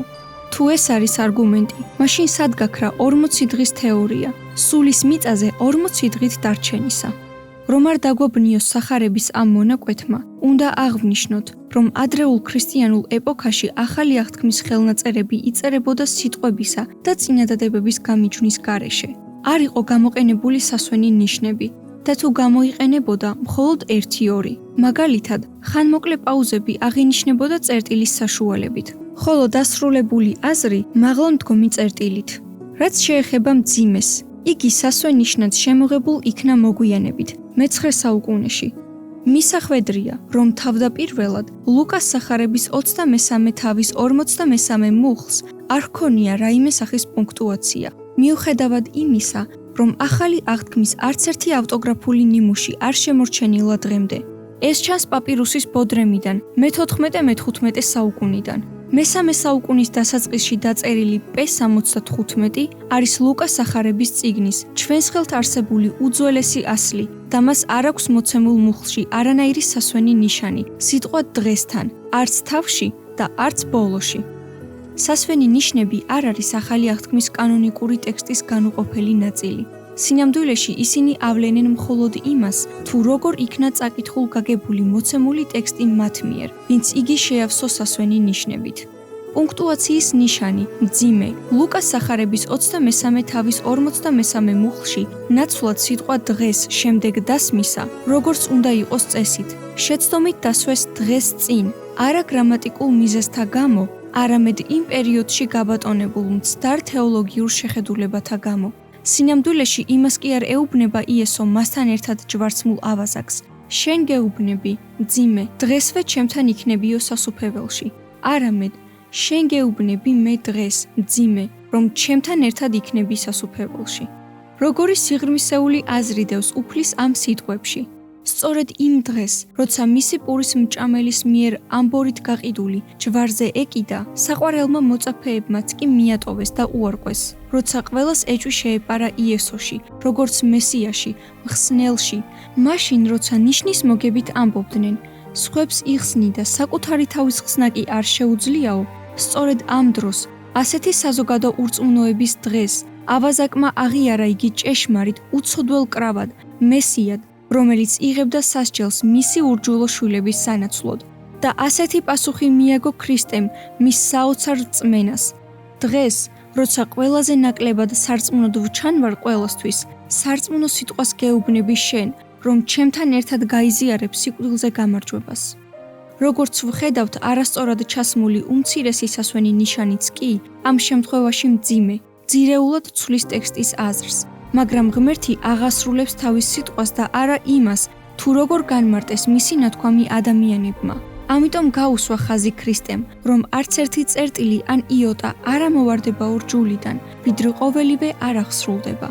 რათა დავწმუნდეთ, რომ ქრისტე აქ ნამდვილად მომავალზე ესაუბრებოდა აბაზაკს და არა იმავე დღეზე, გავიხსენოთ ამ დღიდან გადათვლილი მესამე დღის ამბავი. ერთ შაბათს, გამთენიისას, როცა მარიამ მაგდალელი მივიდა სამარხთან და იქ არ დახვდა ქრისტეს სხეული, რადგან მკვდრეთით აღმდგარიყო. მან კი არ იცოდა ჯერ, რომ მკვდრეთით აღდგა და ტირილით გამობრუნდა, ეგონა ცხედარი მოიპარა ვინმემ. გამოტრიალებულს იესო შეხვდა, თუმცა ვერ იცნო მაშინვე იგი მარიამმა. ცრემლებით თვალ დანისლულს მებაღე ეგონა და სთხოვა თუ ჩემი უფლის სხეული თქვენ წაიღეთ, მითხარით სად დაასვენეთ და მე წამოვიღებო. ამ დროს სახელით მიმართა მას იესომ, მარიამ და იცნო რა მისი საყვარელი უფლის ხმა და ეცა მის ფერხთით თაყვანსაცემად, მაგრამ უფალმა უთხრა, არ შემეხო, რადგან ჯერ არავსულ ვარ მამასთან. მესამე დღე იყო ჯვარცმიდან. თუ მაშინვე წავიდოდა ის და აბაზაკი სასუფეველში, აღარ ეტყოდა აქ მარიამს, არ შემეხო, ჯერ არავსულ ვარო მამასთან. ჯერ მამასთან ასვლა სჭირდებოდა მას, რათა მიეღო მოწმობა მამისგან, რომ მისი მისია პირნათლადაა შესრულებული და რომ იგი ღირსია თაყვანისცემის, როგორც კაცობრიობის მხსნელისა და მაცხოვრის. იგი ყოველთვის იყო თაყვანისცემის ღირსი, როგორც ადამიანისთვის პირველად სიცოცხლის მიმნიჭებელი. ახლა კი იგი გახდა ღირსი თაყვანისცემისა, როგორც მეორე სიცოცხლის მიმნიჭებელი, სიკვდილიდან აღმდგენელი მარადეულ სიცოცხლეში. ის ფაქტი, რომ შემდეგში სხვა მოწაფეებს ევლინება და მათგან უპრობლემოდ იღებს თაყვანისცემას, მოწმობს იმას, რომ იგი უკვე ავიდა მამასთან და მიიღო მისგან მოწმობა მისი მსხვერპლის სრულყოფილებაზე. ასე რომ, მართალია ყველას თვალწინ ამაღლდა ზეცად 40 დღის შემდეგ, მაგრამ არ ყოფილა ამ დღეების განმავლობაში მიჯაჭვული მიწას. მას სრული თავისუფლება ჰქონდა ზეცად ასვლის და ჩამოსვლის. როგორც წმინდა წერილი გვასწავლის, არც სულების შიში გვმართებს, მოჩვენებად რომ წარმოუდგენიათ. მკვდრები მიძინებულნი არიან აღდგომის დღემდე და არც მათ სჭირდებათ ჩვენგან სამსახურის გაწევა, თითქოს შიოდეთ ან სწუროდეთ. სხვა სიტყვებით რომ ვთქვათ, ვერ გვესტუმრებიან კალანდაზე, არც საკურთხს მიირთმევენ და არც უსაკურთხობით შიმშილობენ, არც არავის დაძახილზე მოირბენენ და არც მარჩიელთა გამოძახებაზე. ბიბლიაში ნაჩვენებია, თუ როგორ დაღუპა საბოლოოდ მკითხაობამ მეფე საული, რომელსაც ეგონა, რომ მესულთანეს სამუელ ღვთისკაცის სული ამოახმობინა.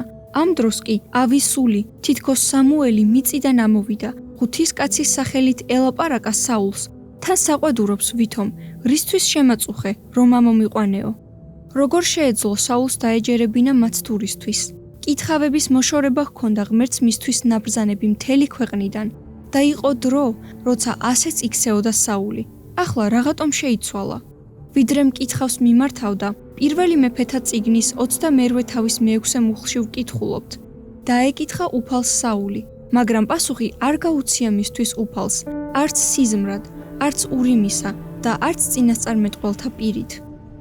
მას ღმერთი რა დარცემდა ხმას? ღმერთის დუმს მაშინ და მხოლოდ მაშინ, როცა თქმას აზრი აღარ აქვს. კარგად და გასაგებად, არაერთხელ ჰქონდა მისთვის ღმერთს ნათქვამი, როგორც უნდა მოქცეულიყო, მაგრამ არასრულებდა საული, რადგან მის გახრწნილ გულს სხვა ხედვა და სხვა სურვილები ჰქონდა. თავის შეცვლა კი არ სურდა. სურდა თავად ღმერთის ნება შეცვლილიყო, ამიტომ დადუმდა ღმერთი მისთვის.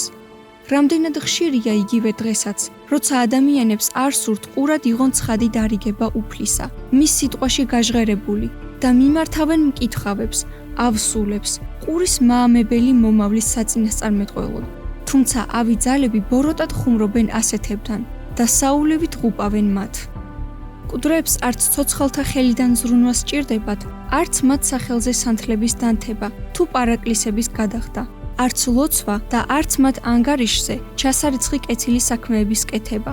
მკვდარნი თავის სამარხში განისვენებენ სამსჯავროს დღის მოლოდინში. იმ საერთო სამსჯავროს დღეს ყველა საკუთარი საქმეებით განისჯება, რომელსაც საკუთარ სიცოცხლეში აკეთებდნენ და საკუთარი რწმენით. ზოგჯერ ზნედაცემული ანგელოზები, დემონები, მკვდარ ადამიანთა, მკვდარ ნათესავთა თუ ახლობელთა გარეგნობით მიდიან ცოცხალ ადამიანებთან, რათა მახე დაუგონ. ამიტომ სიფრთხილე გვმართებს, დავუფიქრდეთ, სინამდვილეში ვინ მოდის მათი სახით, ან მათი ხმით ვის შეუძლია გვესაუბროს. ავ ძალებს არ უჭირთ მიმბაძველობა და სატანა ნათლის ანგელოზის სახესაც კი იღებს. გვახსოვდეს ეს. თუმცა არ გვმართებს მათ წინაშე შიში, როცა ვცხოვრობთ ღვთის სიტყვის მორჩილებაში. ჩვენი კლდე და თავშესაფარი არის იესო ქრისტე. ჩვენი გამარჯვებაა მისი უმანკო ცხოვრება და ჩვენ სანაცვლოდ სიკვდილი. ქრისტე მოკვდა ჩვენი ცოდვებისთვის. კორინთელთა მიმართ პირველი წერილის მე-15 თავის მე-3 მუხლი. წინასწარვე აუწყა მოწაფეებს, რომ მოკლულ იქნებოდა და აღდგებოდა მე-3 დღეს. მოკლულ იქნა მართლაც და ქრისტე მოკვდა, ნიშნავს, რომ ის ნამდვილად მკვდარი იყო. მარტო სხეული კი არ იყო მკვდარი და თავად სადღაც კი არ ლივლივებდა ეთერული ლანდივით. არამედ 3 დღის შემდეგ, როცა სამარხთან მისულ მოწაფეებს არ დახვდათ სხეული ქრისტესი, წმინდა ანგელოზმა ახარა. იგი აღდგა მკვდრეთით. ღმერთს დიდება. რას წარმოადგენს სახარება? ხარებას, კარგი ამბის მოგებებას იმის შესახებ, რომ ქრისტეს მორწმუნე კიდეც რომ მოკვდეს, იცოცხლებს. როგორც ქრისტე მოკვდა და აღდგა მკვდრეთით, სწორედ ასევე აღადგენს მკვდრეთით იესო მის მორწმუნეებსაც. და მე აღვადგენ მას, უკანასკნელ ჟამს, თავისი დიდებით მეორედ მოსვლისას. სწორედ ისევე, როგორც ქრისტეს სამარხში ვერ იპოვეს იესოს სხეული, ასევე იესო ქრისტეს მორწმუნეთა სამარხებში ვეღარ იპოვიან მკვდართან ნეშტს. როცა ჩვენი მხსნელი დაბრუნდება დედამიწაზე, დიადი ძალითა და დიდებით, უთვალავ ანგელოზთან ერთად. სწორედ მაშინ ქრისტეში მკვდარნი აღდგებიან პირველად. შემდეგ კი ჩვენც, ცოცხლად შთენილნიც ატაცებულ ვიქნებით ღრუბლებს ზემოთ, რათა ჰაერში შევეგებოთ უფალს და ამრიგად სამუდამოდ უფალთან ერთად ვიქნებით. თესალონიკელთა მიმართ პირველი წერილის მე-4 თავის მე-16 და მე-17 მუხლები. მათ და სანუგეშოდ, ვისაც სჯეროდა, რომ ქრისტეს მეორედ მოსვლისას მხოლოდ ცოცხლად დარჩენილებს აქვთ გადარჩენის იმედი, ამ მუხლში ნაჩვენებია, რომ ქრისტეს მოსვლისას ცოცხლების უკვდავებით შემოსვას დაასწრებს მკვდართა აღდგომა უხრწნელი სხეულით. ცოცხლად დარჩენილებს მხოლოდ ერთი უპირატესობა აქვთ, ის, რომ ისინი პირველი სიკვდილითაც კი არ მოკვდებიან. მე ვარ აღდგომა და სიცოცხლე, ვინც მე მიწამებს, კიდეც რომ მოკვდეს, იცოცხლებს. ყველა, ვინც ცოცხალია და ჩემი მორწმუნეა, არ მოკვდება უკუნისამდე. იოანეს სახარების მე-11 თავის 25 და 26 მუხლები. როგორც არასოდეს განუცდიათ სიკვდილი, მაგალითად ენოქს და ელიას, მაგრამ მათ არ აქვთ პიროვნული უპირატესობა მოსეზე. მოსე მართალია მოკვდა, მაგრამ მკვდრეთით აღადგინა იგი ღმერთმა. მოსეს სხეული არ დაუტოვებია სამარხში უფალს, როგორც იუდა მოციქულის წერილი გვამცნობს. მოსეს სხეულის გამო ლუციფერთან მოუწია დავა, რადგან სატანა საკუთარ ნადავლად თვლიდა მოსეს, მისი შეცოდების გამო ხორების კლდესთან. აქაც ვხედავთ, სხეულს მნიშვნელობა რომ არ ჰქონდეს, რაღაცე მოუწევდა უფალს ამ სხეულისთვის ვინმე სამპაექრობა, თუ მოსე ისედაც ეგრეთ წოდებული უკვდავი სულით ზეცაში იყო უკვე. მოსე არის სიმბოლო იმ მორწმუნეებისა, რომლებსაც მკვდრეთით აღადგენს ქრისტე მისი მეორედ მოსვლისას და ცოცხლად დარჩენილ წმინდებთან ერთად ზეცად აიტაცებს. ამ ცოცხლად დარჩენილი წმინდების სიმბოლოა ელია, როგორც იხილა კიდეც 3 მოციქულმა, ფერის ცვალების მთაზე, იესოსთან მოსაუბრე მოსე და ელია. რატომ მოვიდნენ ისინი იესოსთან სასაუბროდ ჯვარცმამდე ცოტა ხნით ადრე? მათში ხედავდა უფალი მის მიერ გაღებული უდიდესი მსხვერპლის ძვირფას ნაყოფებს, წუთი სოფლისგან დახსნილ ყველა ადამიანს, მოსეს სახით უფალში განსვენებულთაგან და ელიას სახით ცოცხლად დარჩენილთაგან. ეს განამტკიცებდა ქრისტეს ნაბიჯებს გოლგოთას გზაზე. რადგან სახარება გვიმოწმებს, რომ მოსე და ელია ნამდვილად იმყოფებიან ზეცაში, ეს არ ნიშნავს, რომ მათზე უნდა ვილოცოთ, ან მათ ვთხოვოთ ღმერთთან შუამდგომლობა. მით უმეტეს არ უნდა ვევედრებოდეთ საფლავში მყოფ წმინდებს. ბიბლიაში არსად გვხვდება ერთი შემთხვევაც კი, როცა მორწმუნეებს ელოცათ, გინდ ცოცხლად ზიატაცებულ, გინდ სამარხში მყოფ წმინდებზე და ეთხოვათ მათთვის დახმარება. წმინდა წერილში ვერსად უნახულობთ მათ მიმართ ნათქვამ სიტყვებს: მიშუამდგომლეო უფალთან, მეოხი მეყავ. ცხადია მსგავსი ლოცვები წარმართული ფესვებისაა. ღმერთმა როგორი ლოცვაც გვასწავლა, ყველას გვახსოვს.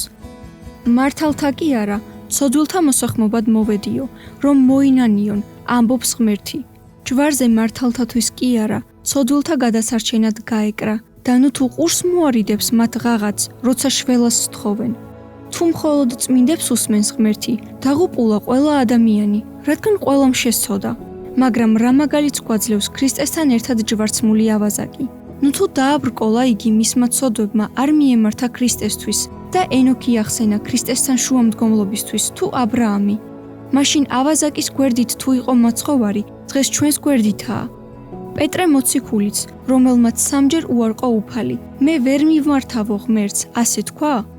მოუხმო კი ელიას ან მოსეს, რომლებთანაც უკვე ნაცნობობა აკავშირებდა ფერისცვალების მთიდან.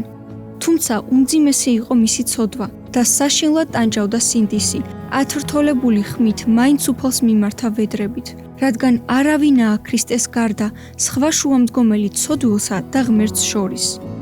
როგორიც წმინდაც არ უნდა იყოს ადამიანი, იგი ვერასოდეს გახდება ქრისტეს როლის შემსრულებელი კაცთა მოდგმისთვის. ვერ მიუტევებს ღვთისმაგივრად ცოდვებს. მხოლოდ კაცის ძეს აქვს ცოდვათა მიტევების ხელმწიფება, როგორც თქვა იესომ. ღვთის ანგელოზნი ადამიანებზე რამდენად წმინდები არიან, რომელთაც არ შეუცოდავთ, მაგრამ ისინი არასოდეს ეცდებიან მიითვისონ ღვთის როლი, განსხვავებით ზნედაცემული ანგელოზებისგან. ჩვენ ვლოცულობთ მხოლოდ ჭეშმარიტი ღმერთის, ჩვენი ზეციერი მამის მიმართ, ჩვენთვის დაღვრილი ქრისტეს უძვირფასესი სისხლის მეოხებით და არა წმინდათა მეოხებით. და როცა ვლოცულობთ, ღმერთი გზავნის ჩვენს საშველად თავისი სიბრძნისამებრ, ხან ანგელოზებს, ხან ცოცხალ ადამიანებს, ხან ცხოველსა და ფრინველს, თევზსა თუ მწერს. მთელი სამყარო მის ხელშია და ვერ შევზღუდავთ მას ჩვენი ხსნის საშუალებებში.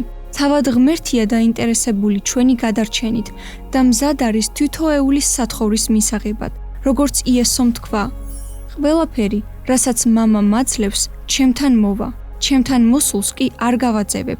იოანეს სახარების მე-6 თავის 37 მუხლი. არ უნდა გვეგონოს, რომ თხოვნით ღმერთს შევაწუხებთ, ან ჩვენს ლოცვას არ შეისმენს. თუ კი ისე აქცია კაცმა ზურგი ღმერთს, რომ აღარ შეისმენს უფალი მის ლოცვას, მაშინ აღარც სხვის ლოცვას შეისმენს მასთან დაკავშირებით.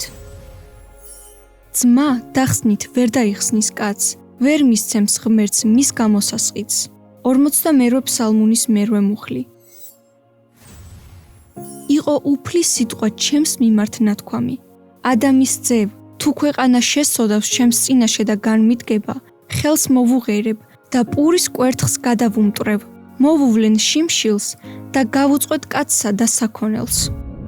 ეს სამი კაცი რომ აღმოჩნდეს მათ გარემოში, ნოე, დანიელი და იობი, თავიანთი სიმართლით გადაირჩენდნენ თავს, ამბობს უფალი ღმერთი. თუ სასტიკ მხეცებს მივუშვებდი ქვეყანაზე და გაატიალებდნენ, ისე გაუდაბურდებოდა, რომ მხეცების შიშით ვერავინ გაივლიდა იქ. ეს სამი კაციც, ცოცხალი მცვარ, ამბობს უფალი, ვერ გადაარჩენდა თავის ვაჟებს და ასულებს, მხოლოდ საკუთარ თავს გადაარჩენდა, ქვეყანა კი გაუდაბურდებოდა. თუ მახვილს მოვუვლენდი იმ ქვეყანას და ვეტყოდი, მახვილო, ჩაიარე მეთქი ქვეყანაში და გავუწყვეტდი კაცსა და საქონელს. ეს სამი კაციც, ცოცხალი მცვარ, ამბობს უფალი, ვერ გადაარჩენდა თავის ვაჟებს და ასულებს, მხოლოდ თვითონ გადარჩებოდნენ. თუ ჟამს მოვუვლენდი იმ ქვეყანას და სისხლით გადმოვანთხევდი მასზე ჩემს რისხვას, კაცისა და საქონლის ამოსაწყვეტად, ვერც ნოე, ვერც დანიელი და ვერც იობი, ცოცხალი მცვარ, ამბობს უფალი, ვერ გადაარჩენდნენ ვაჟსა და ასულს, მხოლოდ საკუთარ თავს გადაირჩენდნენ თავიანთი სიმართლით. ეზეკიელის მე-14 თავის მე-12 მუხლიდან მე-20 მუხლის ჩათვლით. უფალი გარკვევით ამბობს, რომ თავად შენ თუ არ განიწმინდე ურჯულოებისგან, სხვისი სიწმინდე შენ ვერ გადაგარჩენს და თავად შენ თუ არ თესდი სიკეთეს, სხვისი დათესილი სიკეთის ნაყოფს ვერ ჩაითვლი შენად. ამიტომ ამაოება არ წმენა იმისა, თითქოს წმინდანებზე ლოცვა ადამიანს მის ბოროტ საქმეთა შემსუბუქებაში ეხმარება, წმინდანების კეთილი საქმეებით გადაწონით და ხსნას აძლევს სულს. ერთადერთი, ვისაც რეალურად შესწევს ძალა ჩამოგხსნას ცოდვის ტვირთი, თავად ღმერთია, უფალი იესო ქრისტე, რომელიც მოგვიწოდებს: მოდით ჩემთან ყოველნო დაქანცულნო და ტვირთ მძიმენო და მე მოგასვენებთ თქვენ, თუმცა ამაზე არ ამთავრებს. სხვა მოქმედებაა კიდევ საჭირო, როგორც ამბობს: იტვირთეთ ჩემი უღელი. უღელი ქრისტეს მხარდამხარ, მის გზაზე სიარულს ნიშნავს. მისი მცნებების დაცვას, რომელზეც გვარწმუნებს, რომ ცოდვის ტვირთისგან განსხვავებით ეს ტვირთი მსუბუქი და საამოა. ამიტომ ვიჩქაროთ ქრისტესკენ, არავინაა მასზე მეტად დაინტერესებული ჩვენს ხსნაში. ამიტომ შეგვიძლია გაბედულად მივეახოთ ღვთის მადლის ტახტს და თავად მივიტანოთ ჩვენი სავედრებელი ღმერთთან ქრისტეს სახელით. დასკვნა ამ ყოველივესი არის ის, რომ ყველამ ვიცით, სიკვდილი რეალურია. თუმცა ტანჯვასა და დანაკარგს შორის არის კეთილი უწყება, სახარება, სასიხარულო ცნობა, რომ იესო ქრისტემ არ დაუთმო ჩვენი თავი მარადიულ სიკვდილს, საკუთარი მარადიული სიცოცხლით შემოგვეწირა ჩვენდამი მარადიული სიყვარულის გამო. ამიტომ განკაცდა და იქცა ხორცად, რომ შესძლებოდა ჩვენთვის სიკვდილი. მან გადაიხადა ჩვენთვის სიკვდილიდან გამოსყიდვის საზღაური, ჩვენს ნაცვლად მოკვდა. არაჩვეულებრივი სიკვდილით, რომლითაც ერთხელ მაინც კვდება ადამიანი, არამედ მეორე, მარადიული სიკვდილით, რომლისგანაც ხსნა აღარ არსებობს. მისი უცოდველობის გამო გამართლებული აღდგა მკვდრეთით. ასე გაიმარჯვა სიკვდილზე და საფლავზე, იგივე ჯოჯოხეთზე, როგორც წერია გამოცხადების წიგნში. სიკვდილი და ჯოჯოხეთი დაინთქნენ ცეცხლის ტბაში. ცხადია, ჯოჯოხეთი, თავად რომ ნიშნავდეს ცეცხლის ტბას, გამოვიდოდა, თითქოს ცეცხლის ტბა კვლავ ცეცხლის ტბაში იქნა ჩაგდებული, მაგრამ ასე არაა. ბიბლიური მნიშვნელობით ჯოჯოხეთი არის სამარე, საფლავი და არა მარადიულად ცეცხლშენთებული ქვაბი, რომელშიც იწვიან და ვერაფრით შეიწვნენ, იხარშებიან და ვერაფრით მოიხარშნენ. სულისთვის მარადიულობა ჯილდოა და არა სასჯელი. სულის უკვდავება მხოლოდ ცოდვაზე გამარჯვებულთა ხვედრია და არა ნებისმიერი ადამიანის ნიჭი. თუ გვწამს იესოს გამარჯვების, ჩვენც შეგვიძლია დავამარცხოთ სიკვდილი. მათ, რომლებიც ქრისტეს მადლში დარწმუნებულნი ინანიებენ საკუთარ ცოდვებს, სიყვარულსავე აგებებენ ქრისტეს სიყვარულს და ღვთის სიტყვის დაცვით ღმერთთან მეგობრობას განაგრძობენ. იესო სარწმუნო სიტყვას აძლევს. მე აღვადგენ მას უკანასკნელ დღეს. იოანეს სახარების მე-6 თავის 44 მუხლი. მისი აღთქმა დღეს გვეკუთვნის ჩვენც. ეს არის მოწმობა, რომ ღმერთმა მოგვანიჭა საუკუნო სიცოცხლე და ეს სიცოცხლე მის ძეშია. ვისაც ძე ჰყავს, სიცოცხლე აქვს. ვისაც ძე ღვთისა არ ჰყავს, სიცოცხლე არ აქვს. 1 იოანეს მე-5 თავის მე-11 და მე-12 მუხლები. ამინ.